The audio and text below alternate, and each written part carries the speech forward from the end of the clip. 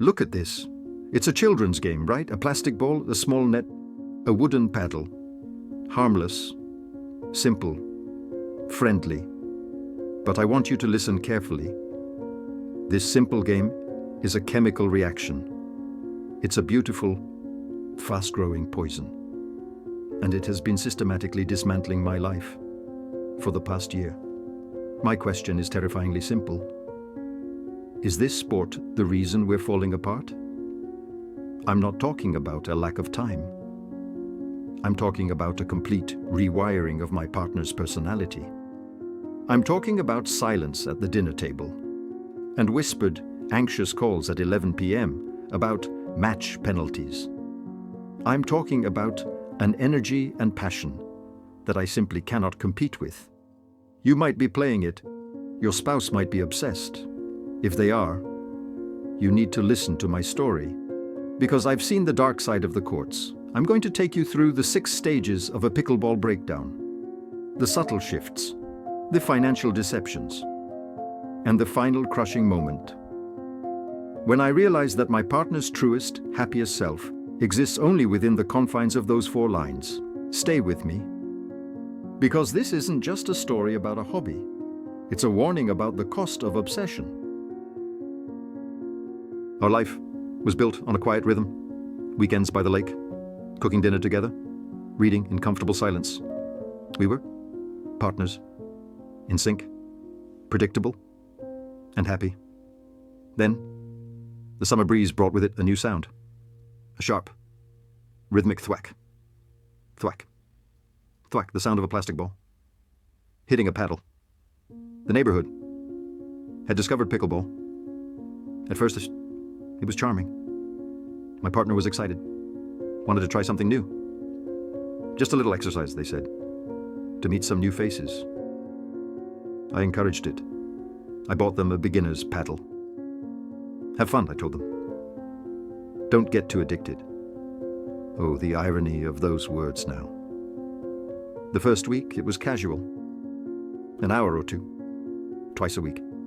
Then, the text started. From a new group chat.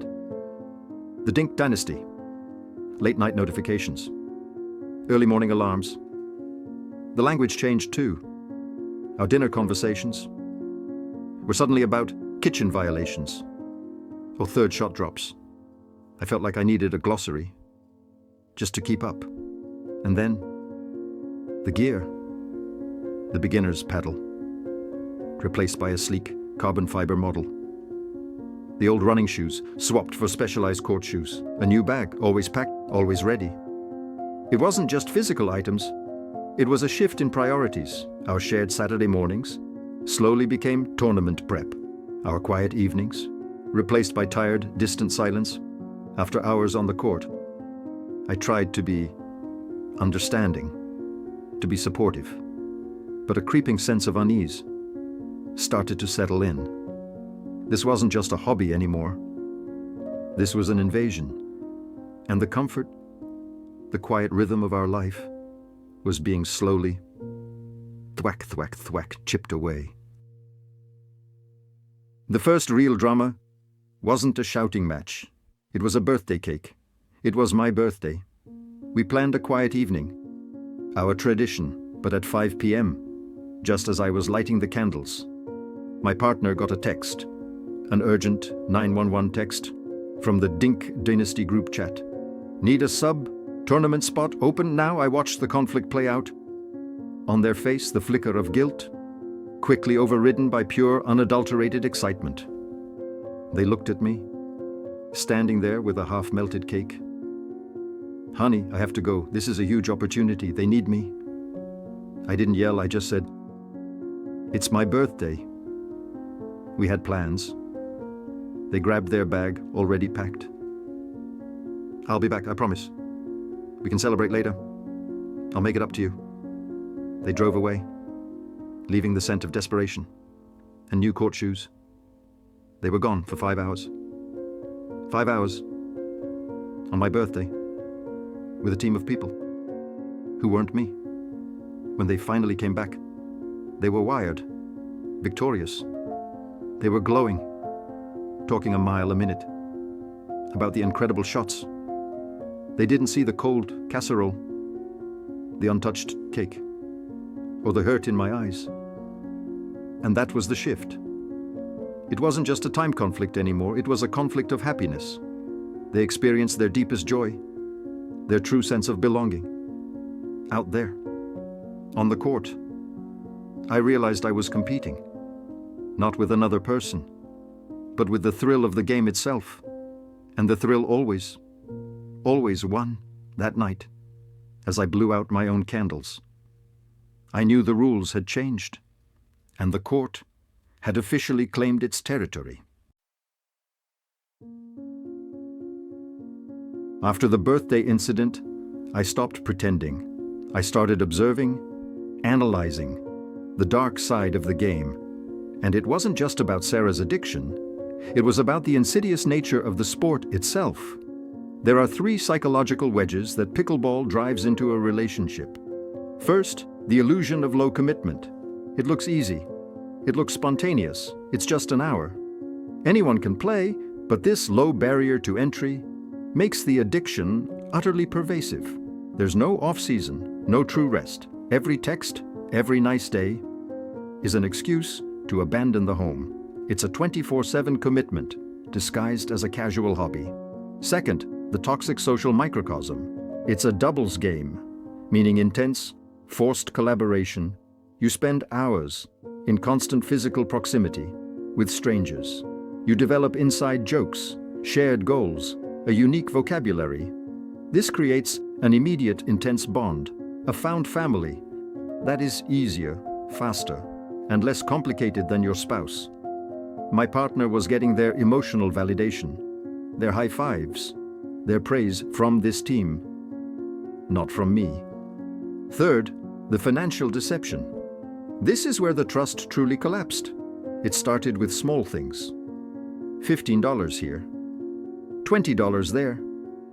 But then, I saw the receipts, the entry fees for regional tournaments, the coaching clinics, the high-end gear.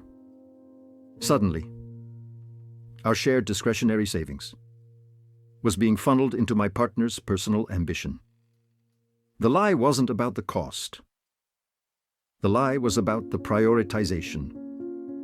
They felt justified in spending our money on their obsession because the thrill of the court felt more real, more vital than the security of our joint future. I realized I wasn't just losing their time. I was losing their trust, their shared vocabulary, and their shared financial vision. And that is the terrifying realization that the sport itself was designed to pull people apart. The final crushing moment came not on the court, but in our garage. I had tried to talk. I had begged for balance.